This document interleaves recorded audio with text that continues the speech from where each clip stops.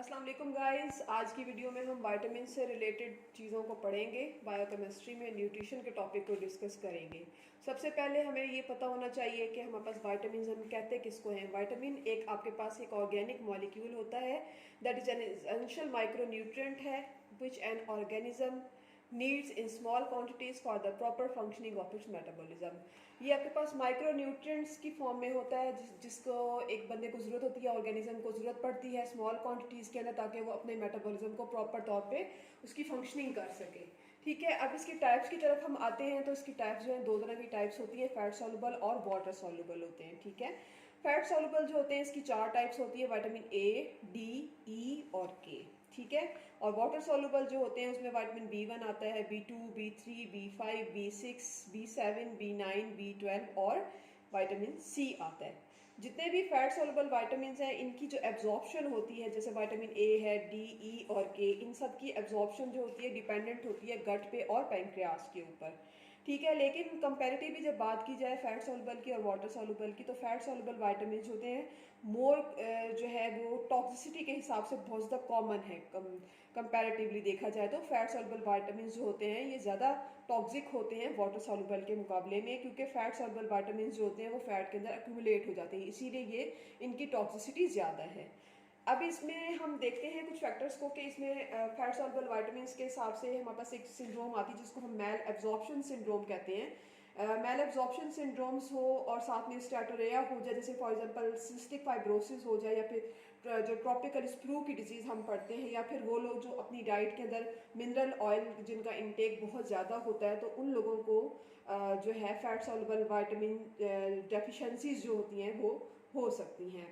इसके अलावा water soluble vitamins की अगर बात की जाए तो ये सब के सब जो हैं वॉश आउट हो जाते हैं इजीली बॉडी से, लेकिन विटामिन B12 और इसके अलावा जो B9 है जिसको हम फोलेट भी कहते हैं, ये आपके पास जो है वॉश नहीं होते बॉडी से क्योंकि ये स्टोर हो जाते हैं लिवर में। इसके अलावा जो हमारे पास जितनी भी विटामिन B कॉम्प्लेक्सेस की डेफिशिएंसीज होती हैं often result in the dermatitis उसमें हो जाती है, ग्लोसाइटिस हो जाती है, डायरिया हो जाता है, ये कॉज करवाती हैं। Okay guys, so let's start with the fat soluble vitamins. हमने पढ़ा कि फैट सॉल्युबल विटामिन्स की चार टाइप्स हैं, विटामिन ए, vitamin D, vitamin E, vitamin K. ठीक है, अब सबसे पहले हम पढ़ रहे हैं विटामिन ए को जिसको हम रेटिनोल भी कहते हैं। रेटिनोल जैसे कि नाम से जाहिर है, retinol is vitamin A, so think retina. ठीक है, ए को कैपिटल यहाँ लिखा है। जैसे ही आप विटामिन ए के बारे में सोचेंगे आपके दिमाग में फौरन से रेटिना आना चाहिए। ठीक है, न्यूमोनिक है चीज़ों को याद रखने के लिए, वरना ये चीज़ें भूल जाती हैं, बंदा नाम भी भूल जाता है। ये इस तरह के नाम बहुत पूछते हैं कि भाई विटामिन ए को दूसरा नाम क्या है, इसको क्या कहते हैं, विटामिन डी, विटामिन ई, के, इनके जो सेकंड नेम है उनको याद रखना ज़रूरी है। ठीक है, यूज टॉपिकली फॉर रिंकल्स और एक्नी के लिए यूज़ करते हैं। ठीक है, और इसके अलावा इसके फंक्शंस क्या हैं कि ये इसका सबसे बड़ा फंक्शन एंटीऑक्सीडेंट के तौर पे काम करता है। ये कॉन्स्टिट्यूएंट है विजुअल पिगमेंट्स के लिए, रेटिनॉल के लिए, डिफ्रेंशिएट करता है एपिथेलियल सेल्स को स्पेशलाइज सेल्स में, जैसे कि हमारे पैंक्रियाटिक सेल्स हो गए, हमारे हेपेटिक सेल्स हो गए, हमारे म्यूकस सिक्रेटिंग सेल्स हो गए स्पेशलाइज सेल्स, उसमें ये इसको डिफ्रेंशिएट कर देता है। इसके अलावा प्रिवेंट करता है स्केमस मेटाप्लेजिया को। ये MCQ इंपॉर्टेंट है, ये अक्सर पूछते हैं कि भाई कौन सा विटामिन है जो कि बचाता है स्केमस मेटाप्लेजिया से। ठीक है, इसके अलावा विटामिन ए का चौथा फंक्शन ये भी है कि ये मीजल्स जिन बंदों को हो जाए या फिर एक्यूट माइलॉइड ल्यूकेमिया जिसकी सब टाइप M3, इन पेशेंट्स में भी हम इसको ट्रीट करने के लिए विटामिन ए देते हैं। ये भी इंपॉर्टेंट है, अक्सर पूछा जाता है कि भाई मीजल्स के लिए या फिर AML के लिए एक्यूट माइलॉइड ल्यूकेमिया के लिए कौन सा विटामिन एज अ ट्रीटमेंट दिया जाता है।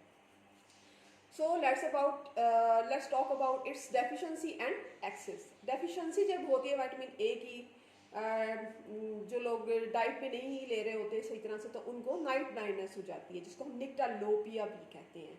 इसके अलावा उनकी स्किन को देखेंगे तो बहुत खुश्क सी स्केली सी स्किन होगी जिसको हम ज़ीरोसिस क्यूटिस कहते हैं। ठीक है, ये नाम याद रखना भी इम्पॉर्टेंट है।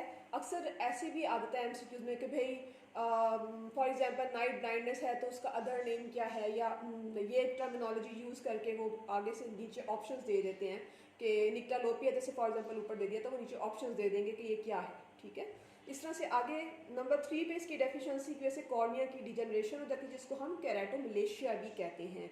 बाइटॉट स्पॉट्स बन जाते हैं आपके कंजक्टाइवा के ऊपर। इसके अलावा ये इम्यूनो सुप्रेशन कॉज करवा देता है विटामिन ए, ठीक है। अब इसकी एक्सिस की वजह से भी मसले बनते हैं, जब ज़्यादा ज्यादती हो जाए डाइट में। एक्यूट टॉक्सिसिटी की वजह से नाउजिया होगी, वॉमिटिंग्स हो जाएंगी, वर्टाइगो, चक्कर से आएंगे, ब्लरी विजन होगी, धुंधला धुंधला सा दिखाई देगा। क्रॉनिक टॉक्सिसिटी जब होती है पेशेंट्स के अंदर तो एलोपेशिया हो जाती है, गंजापन हो जाता है, ठीक है। और ड्राई स्किन हो जाती है, स्केलीनेस हो जाएगी, हेपेटिक टॉक्सिसिटी करवा देगा, अर्थरालजियाज, मियालजियाज, ठीक है, जोड़ों के मसले हो जाएंगे। इसके अलावा सोडो ट्यूमर सेरेब्राई भी करवा देता है। इसकी एक्सेस इसलिए भी अच्छी नहीं है कि ये टेराटोजेनिक है, ठीक है। सो ये क्या टेराटोजेनिक होता है बच्चों के अंदर जो है वो आगे जाके प्रेग्नेंट औरतों के अंदर जो उनके बेबीज होंगे उनके अंदर ये क्लेफ्ट पैलेट और कार्डिक एबनॉर्मेलिटीज करवा देता है। So negative pregnancy test and reliable contraceptions are really required because vitamin A, जिसको हम आइसोट्रेटिनोइन कहते हैं, is prescribed for severe acne. जब आप सीवियर एक्नी के लिए विटामिन ए के डेरिवेटिव्स दे रहे हो, फॉर एग्जांपल आइसोट्रेटिनोइन दे रहे हो, तो आप ये श्योर कर लें कि जो है वो औरत जो है वो प्रेग्नेंट नहीं है, या फिर वो कोई रिलायबल किस्म के कॉन्ट्रासेप्शंस जो है आप उसको दें, उसकी ज़रूरत होती है, तभी आप ये प्रेग्नेंट औरत को दे सकते हैं। प्रेग्नेंट औरतों में ये अच्छा नहीं है, ये टेराटोजेनिसिटी कॉज करवाता है। तो यहाँ तक हमने विटामिन ए को स्टडी किया है। Okay guys, let's continue with fat soluble vitamin, जिसमें अब हम सेकंड नंबर पे पढ़ेंगे विटामिन डी के बारे में। विटामिन डी की फॉर्म्स होती हैं। फर्स्ट वन जो है उसको D3 कहते हैं। D3 का दूसरा नाम कोलेकाल्सिफेरोल भी है। ये भी अक्सर पेपर्स में पूछते हैं, भाई D3 को और हम क्या कहते हैं, D2 को और हम क्या कहते हैं, ये एक्टिव फॉर्म कौन सी है, या फिर स्टोरेज फॉर्म कौन सी है, इस तरह से भी MCQs अक्सर आ जाते हैं। तो D3 जो है ये इसकी कोलेकाल्सिफेरोल भी इसको कहते हैं। ये हम कहाँ से लेते हैं, जब सन से एक्सपोजर हो, जब आप धूप में बैठे तब आपको ये मिलता है, या फिर आप डाइट में फ़िश, मिल्क और प्लांट्स जो है उसको ज़्यादा इनटेक करें तो उस तरह आपको D3 मिलता है। D2 की फॉर्म में भी हमें मिलता है। D2 इसको एर्गोकाल्सिफेरोल भी कहते हैं, दूसरा नाम इसका ये भी है। इसे हम कैसे हासिल करते हैं, इंजेक्शन ऑफ प्लांट से, फंजाई, यीस्ट वगैरह अगर आप डाइट में लें तो फिर आपको ये मिलता है। 25 हाइड्रोक्सिल D3 ये स्टोरेज फॉर्म है जो कि किस में होती है, लिवर में। ये भी अक्सर पूछते हैं कि भाई स्टोरेज फॉर्म कौन सी है और ये कहाँ पाई जाती है, ठीक है। इसके अलावा 1,25 हाइड्रोक्सिल D3 जिसको कैल्सिट्रियोल भी कहते हैं, ये फॉर्म क्या होती है, एक्टिव फॉर्म होती है। और एक्टिव फॉर्म कहाँ पाई जाती है, किडनी में, ठीक है। अब आ जाते हैं इसके फंक्शंस की तरफ। इसके फंक्शंस को हमने डिफरेंट तरीके से कैटेगराइज किया है कि इसमें होता क्या है कि इंक्रीज हो जाती है intestinal absorption of calcium and phosphate. Calcium और फॉस्फेट बहुत ज़्यादा मिकदार में इंटेस्टाइन के अंदर एब्जॉर्ब होना शुरू हो जाते हैं। और इसके अलावा बोन्स की जो मिनरलाइजेशन का लेवल होता है वो भी लो लेवल पे वो बढ़ना शुरू हो जाता है। लेकिन हायर लेवल पे अगर बात की जाए तो उसकी जो रीअब्जॉर्प्शन होनी होती है वो भी बढ़ना शुरू हो जाती है, लेकिन हाई लेवल पे, ठीक है। इसके अलावा इसकी रेगुलेशन कैसे होती है कि इसमें आपके पास जो पैराथायराइड हार्मोन्स बढ़ते हैं तो कैल्शियम और फॉस्फेट दोनों कम हो जाएंगे, जिसके नतीजे में आपके पास 1,25 हाइड्रोक्सिल D3 की प्रोडक्शन बढ़ जाएगी। अब जब ये सारा मैकेनिज्म हो रहा होता है तो इसकी फीडबैक जो का मैकेनिज्म होता है वो खुद ही अपनी प्रोडक्शन को वहीं से इनहिबिट कर देता है, रोक देता है। पैराथायराइड हार्मोन जब बढ़ते हैं तो इसमें आपके पास क्या होता है, कैल्शियम की रीअब्जॉर्प्शन बढ़ती है और फॉस्फेट की रीअब्जॉर्प्शन जो है वो किडनी में स्लो डाउन हो जाती है, कम हो जाती है। अब आ जाते हैं इसकी डेफिशिएंसीज की तरफ और इसके एक्सेस को देखते हैं। डेफिशिएंसी में बच्चों में देखा जाए तो रिकेट्स हो जाती है चिल्ड्रन के अंदर। इस डिफॉर्मिटी को हम कहते हैं जेनुवेरम, ठीक है।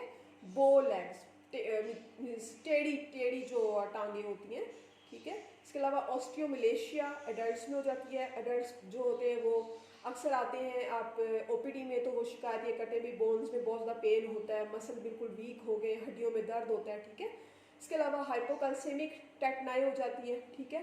इसके अलावा अब ये मसले जो डेफिशिएंसीज की होती है वो क्यों होती है, या तो आपको कोई ना कोई मेल एब्जॉर्प्शन का मसला है, ठीक है, कोई मेल एब्जॉर्प्शन सिंड्रोम है, या फिर आप धूप इतना ज़्यादा नहीं लेते, सन एक्सपोजर। क्योंकि हम लोग होते हैं हर वक्त अपने कमरों के अंदर, जो हमारा आजकल का सिस्टम ऐसा हो गया कि हम धूप में ज़्यादा बैठते नहीं है, कमरों में ही रहते हैं, या अगर गर्मियाँ हैं तो AC में ही आप बैठे रहते हैं, तो इस वजह से आपका सन एक्सपोजर इतना ज़्यादा नहीं होता, तो उसकी वजह से भी ये मसला होता है। या डाइट में आप बहुत कम विटामिन डी ले रहे हो, या आपको कोई क्रॉनिक किडनी डिजीज़ है, ठीक है, कोई क्रॉनिक या एक्यूट कोई क्रॉनिक किडनी फेलियर है, तो उसमें भी आपके साथ मसला हो जाता है। ब्रेस्ट फीड जो इन्फेंट्स होते हैं उनको चाहिए कि should receive oral vitamin D, उनको ऑरली हमें चाहिए कि हम उनको विटामिन डी दें, ठीक है। डेफिशिएंसी जो होती है वो इंक्रीजेस बाय पिगमेंटेड, जिन लोगों की पिगमेंटेड स्किन हो, या वो बेबीज़ जो कि प्री मेच्योर जिनकी बर्थ हुई हो, तो उनके अंदर इसकी डेफिशिएंसी बहुत तेज़ी से बढ़ती चली जाती है, कमी होना शुरू हो जाती है।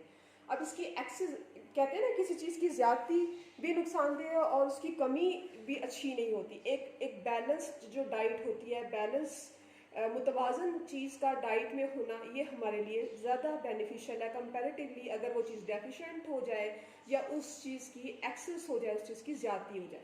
तो डेफिशिएंसी से भी हमने पढ़े कि हमारे पास 4 तरह के मसले आ रहे हैं, और एक्सेस को भी अब हम देखते हैं कि अगर डाइट में ये बढ़ जाएगा तो हाइपरकैल्सीमिया हो जाएगी, ठीक है। ब्लड के अंदर आपके पास जो कैल्शियम का लेवल बढ़ना शुरू हो जाएगा, फिर हाइपरकैल्सीयूरिया, यूरिया के अंदर भी आपके पास, यूरिन के अंदर भी कैल्शियम का लेवल बढ़ना शुरू हो जाएगा, भूख नहीं लगेगी, लॉस ऑफ एपिटाइट हो जाएगी, स्टूपर हो जाएगा, ठीक है। ज़्यादातर ये मसले जो देखे जाते हैं ग्रैनुलोमेटस डिजीज़ के अंदर ज़्यादातर देखे जाते हैं, क्योंकि उसके अंदर क्या होता है कि इंक्रीज़ हो जाती है, एक्टिवेशन हो जाती है विटामिन डी की बाय एपिथेलियल मैक्रोफेजेस की वजह से, ठीक है। तो विटामिन डी बहुत इंपॉर्टेंट टॉपिक है, इसमें अक्सर इसमें से एमसीक्यूज आते हैं। न्यूट्रिशन वाला जो टॉपिक है बायोकेम में, ये बहुत इंपॉर्टेंट है। एर्गोकाल्सिफेरोल किसे कहते हैं, कोलिकाल्सिफेरोल किसे कहते हैं, स्टोरेज फॉर्म कौन सी है, कहाँ पाई जाती है, एक्टिव फॉर्म कौन सी है, कहाँ पाई जाती है, ठीक है। इसके अलावा इसकी जो बोन्स में मिनरलाइजेशन बढ़ती है, कम होती है, रीअब्जॉर्प्शन बढ़ रही है, कम हो रही है, ऑस्टोमिलेशिया क्या है, जेनुवेरम क्या है, हाइपोकैल्सेमिक टेटनी क्या है, ठीक है। मीन्स ये चीज़ें हमें याद रखना, मोटा मोटा रिमेमराइज करना ज़रूरी है। ओके गाइस, अब हम आ गए विटामिन ई की तरफ। फैट सॉल्युबल विटामिन में थर्ड वन हमारे पास विटामिन ई आता है, जिसको हम टोकोफेरोल या टोकोट्रिएनोल भी कहते हैं, ठीक है। इसके फंक्शंस आप देखें, फंक्शंस में कहता है कि सबसे पहला फंक्शन तो यही है कि ये एंटीऑक्सीडेंट है, ठीक है। प्रोटेक्ट करता है रेड ब्लड सेल्स को और उसकी मेम्ब्रेन को कि वहाँ पे जाके फ्री रेडिकल डैमेज ना हो जाए, ठीक है।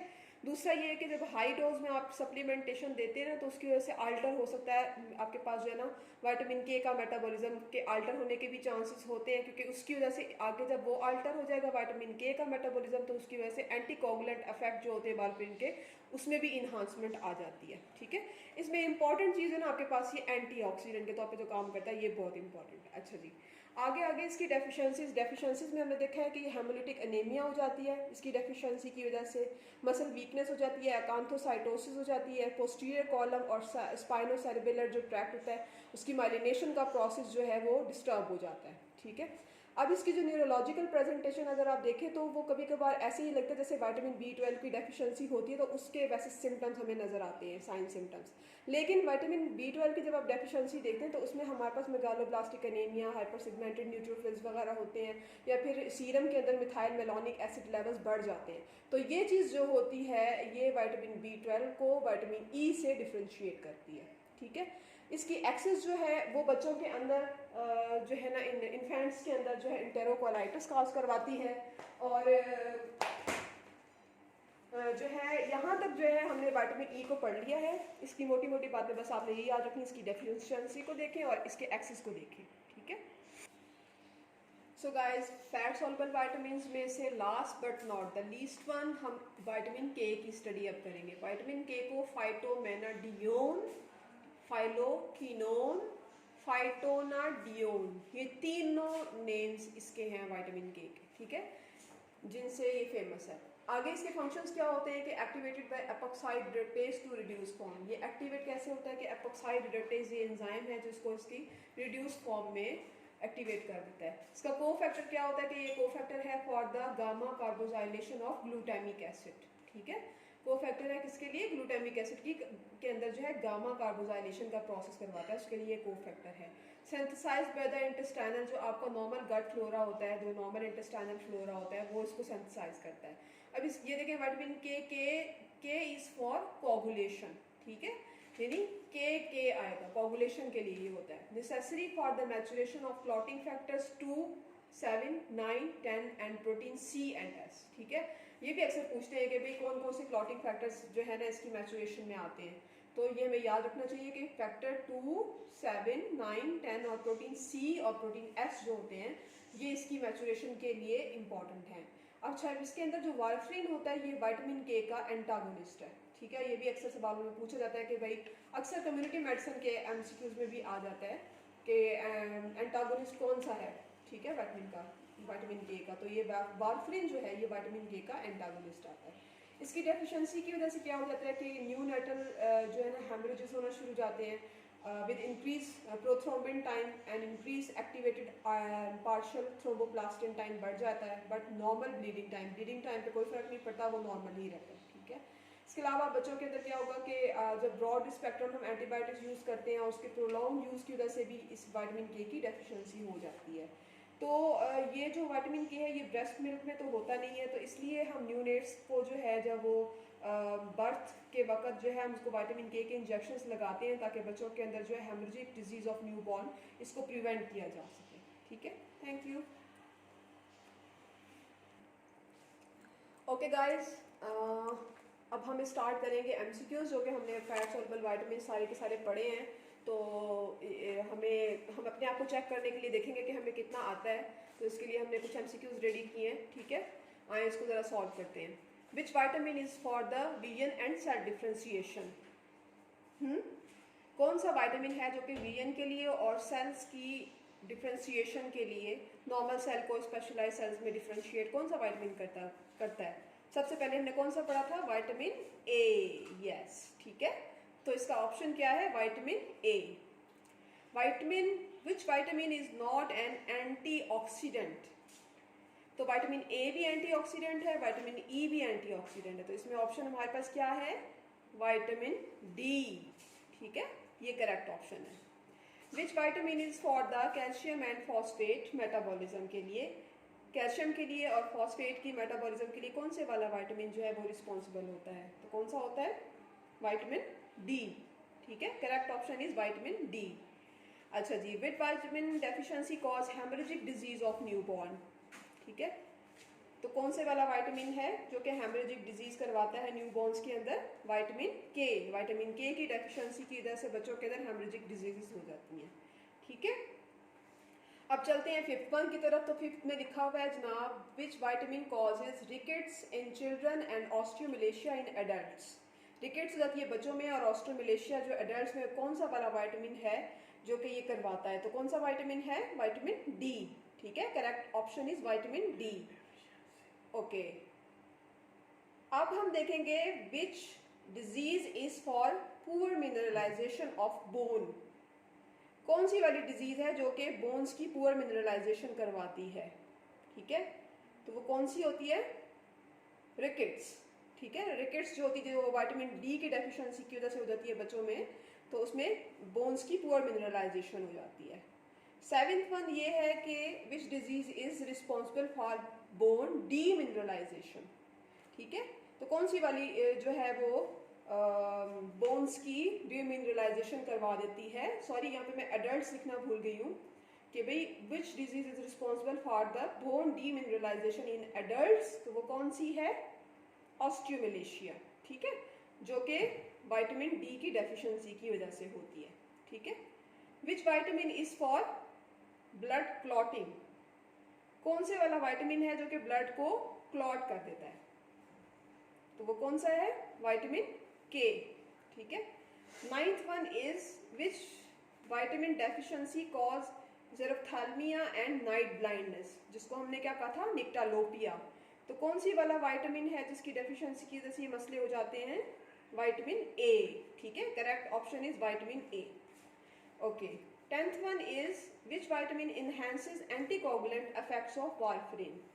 अब इसमें बहुत सारे बच्चे जो ना गलत ऑप्शन लिख देते हैं, विटामिन के को कर देते हैं। ठीक है, तो विटामिन के इसका ऑप्शन नहीं है, इसका ऑप्शन है विटामिन ई। आपने देखा होगा कि जब हम विटामिन ई को पढ़ रहे थे तो उसके पॉइंट्स में मैंने एक दफ़ा बताया था पीछे ही कि भाई कौन से वाला विटामिन है। तो विटामिन ई जो होता है ये इनहेंस करता है एंटीकोगुलेंट इफेक्ट्स ऑफ वारफरीन को। ठीक है, last one MCQ is drinking milk fortified with which vitamin is good for bones? Drinking milk जो पीते हैं फोर्टिफाइड हो, किस विटामिन, कौन से वाला विटामिन है जो कि हमारे ड्रिंकिंग मिल्क में होता है, वो बोन्स के लिए बहुत अच्छा है। तो ये तो बहुत बच्चों वाला क्वेश्चन है, ठीक है। तो कौन सा वो है? Vitamin D. Vitamin D is correct option, ठीक है। तो मैंने यहाँ सेकंड एमसीक्यू के अलावा कोई भी आपको वो नहीं बताया कि एमसीक्यूज का करेक्ट ऑप्शन क्या है, लेकिन इस वीडियो में सब कुछ रिकॉर्ड हो चुका है, ठीक है। सो गाइज, ये मेरी जो है सेकंड वीडियो है जो कि मैंने दी है विटामिन्स पे, फैट सॉल्युबल विटामिन्स में। इंशाल्लाह नेक्स्ट वन मैं प्रिपेयर करूंगी वाटर सॉल्युबल विटामिन्स पे। आई होप कि आपको मेरी वीडियोस अच्छी लग रही हैं, आप उनसे कुछ सीख रहे हैं, ठीक है। तो आप मेरी वीडियोस को देखते रहें, लाइक करते रहें, शेयर करते रहें, मेरे चैनल को सब्सक्राइब करते रहें। डॉक्टर अमाराज मेडिकल लेक्चर्स के नाम से मेरा चैनल है जो मैंने अभी बिल्कुल न्यू बनाया है, और उसमें ही सेकंड वीडियो अपनी अपलोड की है soluble vitamins, fat soluble vitamins के नाम से। आई होप कि आप लोगों को मेरी वीडियोस अच्छी लगेंगी। Thank you so much and God bless you. अल्लाह हाफिज़।